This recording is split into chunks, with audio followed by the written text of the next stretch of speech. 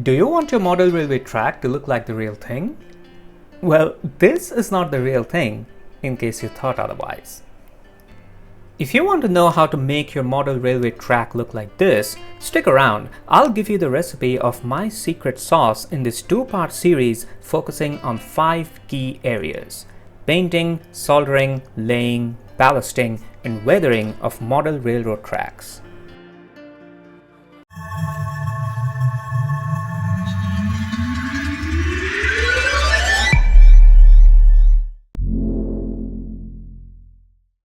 The micro layout or diorama I'm making is based on an Indian theme.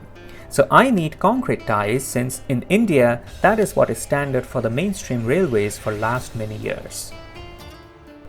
This Pico Code 75 concrete tie flex track is perfect for what I want to build. This is standard gauge in HO scale but will denote broad gauge in this diorama. I also need a narrow gauge track in HON30 or HOE that runs a 9mm gauge. Now I didn't have a proper HON30 track, so I decided to modify this old Atlas N-scale Code 80 flex track by removing every alternate tie. The ties were then rearranged to match the HO scale gap between ties. I used the broad gauge tie distribution as a template and that worked well.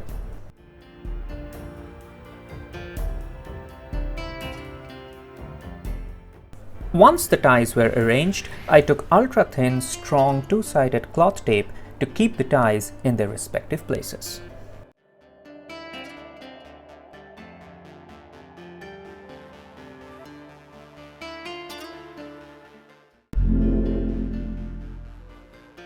First things first, mask the top of the rails for both the tracks.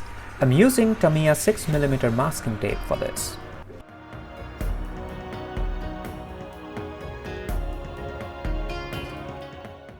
I started with the concrete ties and used flat gray spray acrylic primer to give the tracks a thorough coat.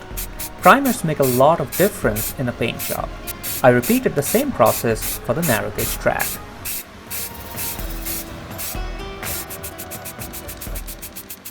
Once the primer dried on the concrete ties, I took light gray spray paint and sprayed from about 18 inches afar so that the paint is almost dry as it hits the surface.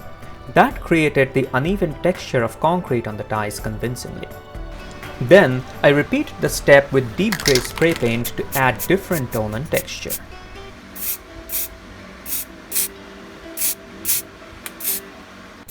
I sprayed the wooden ties with deep gray too, however, I didn't need the paint to be semi-dry before it hits the surface, so I sprayed from a normal distance. Next is painting the rails. For the broad gauge track, once the paint on the ties cured, I masked the ties first.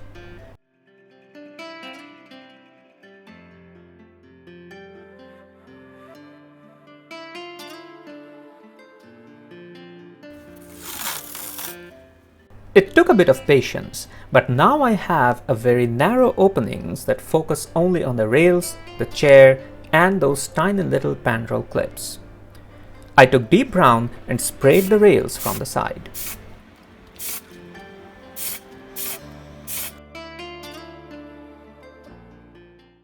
As the paint dries on the broad gauge track, I'm back to the wooden ties of the narrow gauge. To show the cracks and crevices, I applied some black wash all over the ties.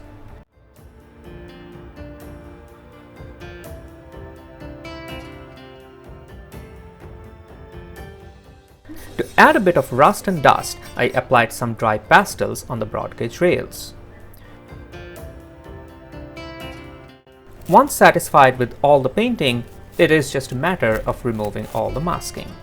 Now, clearly the paint didn't cure in some areas before I applied masking, so you can see that the tapes chipped some paint. However, that is easily fixed by taking some grey paint and covering them up. I'm using ultra matte chalk paint which has a rough texture when cured and will blend very well and improve the realism. Then I dry brushed some grey to catch the edges of the ties to blend the textures even further.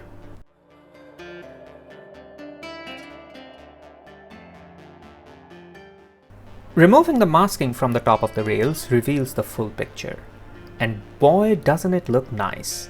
The paint leakage on top of the rail is minimal, but I still dipped an earbud in mineral oil and cleaned any trace of paint. For the wooden ties on the narrow gauge tracks, I had to take a different approach.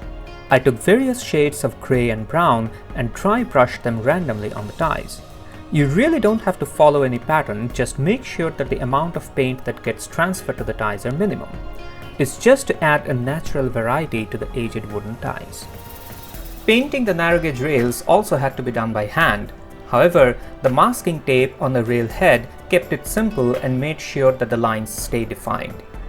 Though the paint is applied by paintbrush, the primer made a substantial difference in achieving a more realistic finish.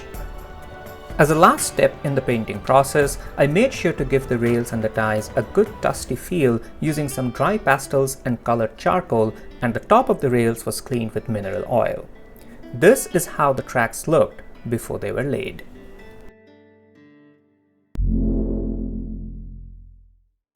There would be no turnout in the diorama, just a broad gauge main line, stub end of a broad gauge siding, and a narrow gauge track. I used Woodland Scenic's foam road bed for this project, HO scale product for the broad gauge tracks and N scale one for the narrow gauge track. Once the track positions were finalized and marked on the baseboard, I cut the required lengths of the track bed. I put double-sided tape on one surface, removed the cover and simply pressed on the diorama base, making sure that they align with the marked positions. For the broad gauge main line, I used 2 layers of foam to increase the height of the roadbed. The diorama base here is PVC foam board, and these acrylic double-sided tapes create a strong bond with that material. Also, given how thin they really are, it doesn't make any dimensional issues. I have used 2 types here and they both worked great. You can use the same method for other types of bases too, like ply or MDF, if you get the right type of double-sided tape. A simple Google search should give plenty of useful resources. The narrow gauge track had a little curve in it, and I'm taking a gradual approach here to address that.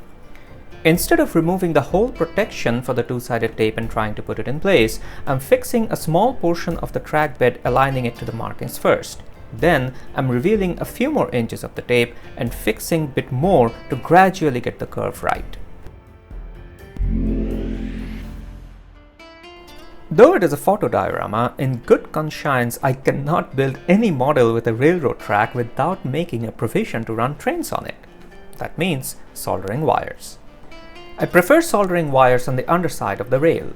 It's clean and invisible. It might look daunting and risky, but with few simple tricks it can be amazingly effective and will help achieving that extra realism in the overall appearance.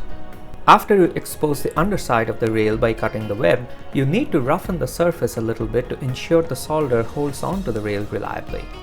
Here I'm using my rotary tool to make some tiny scratches, but you can use a simple file as well.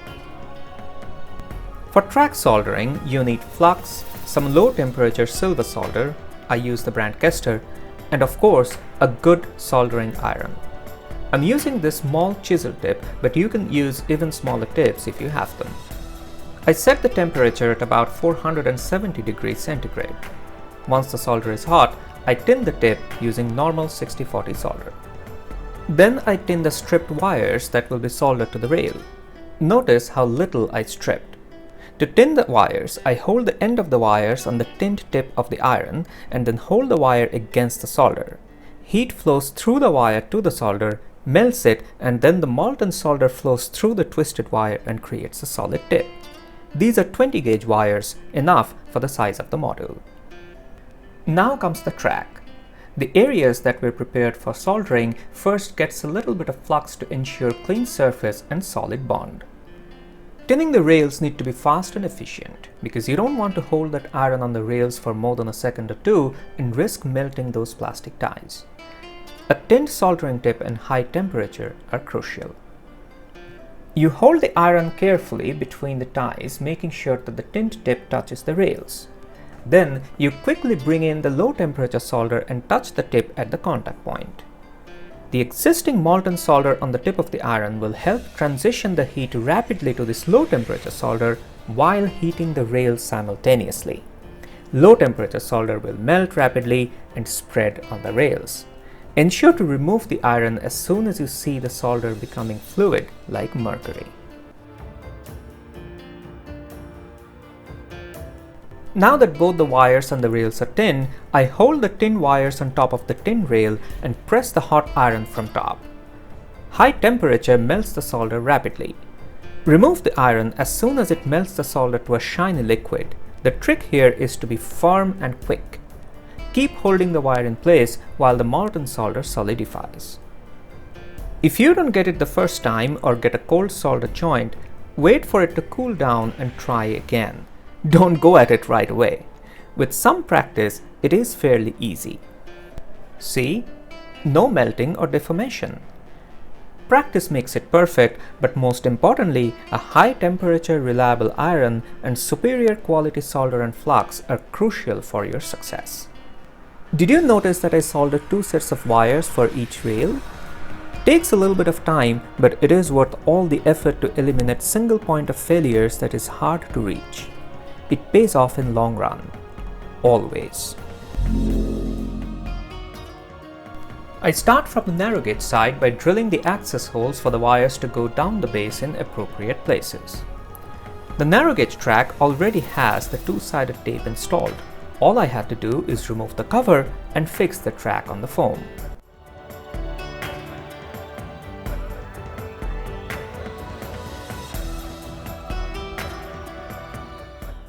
An extra pair of hands was helpful to manage the curve when the camera came in between me and the diorama. If you're not an aspiring YouTuber, you can easily do this yourself. The process is fast and efficient, but you need to be careful since you will have just one shot at it. The tape bonds strong with the foam, and if you want to change anything after you laid the track, you need to rip everything off. Extra track was cut flush at the edge of the base so that it can continue to a fiddle track. All that remains is laying the broad gauge track, and again, it is made easy by the 2-sided tape. For this, I used the 3M acrylic 2-sided tape that you have seen before. Notice that the tracks need to end perfectly on the edge so that it can continue to any future extension or fiddle track. So I was extra careful to ensure the track cross sections are properly aligned to the edge of the base. Once the connections were given to the track, it was tested properly before moving on to the ballasting and weathering. However, that is for the next episode, where I'll show you how I use some unique and effective tools and techniques which is guaranteed to make your model railroad tracks look like the real thing. In addition, I'm sure you have noticed that there is a lot going on in the background in building the diorama too. All that will be covered in subsequent episodes, so in case you haven't done it already, make sure to hit that subscribe button, the bell icon, and turn on the notification to receive the alert when the future episodes are published. Till then, I hope you stay safe in your train rooms and hobby workshops and build some exciting models. Cheers!